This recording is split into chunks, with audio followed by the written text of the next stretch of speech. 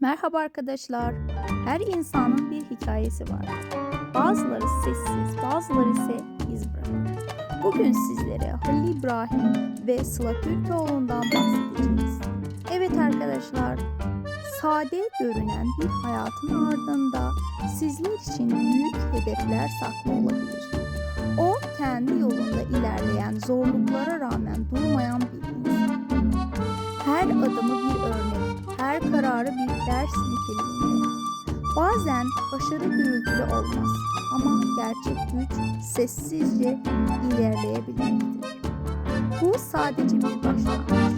Sizler için Halil İbrahim Ceyhan ve Sıla Türkoğlu'nun gerçek hayatından olan kareleri sizler için paylaşıyorum arkadaşlar.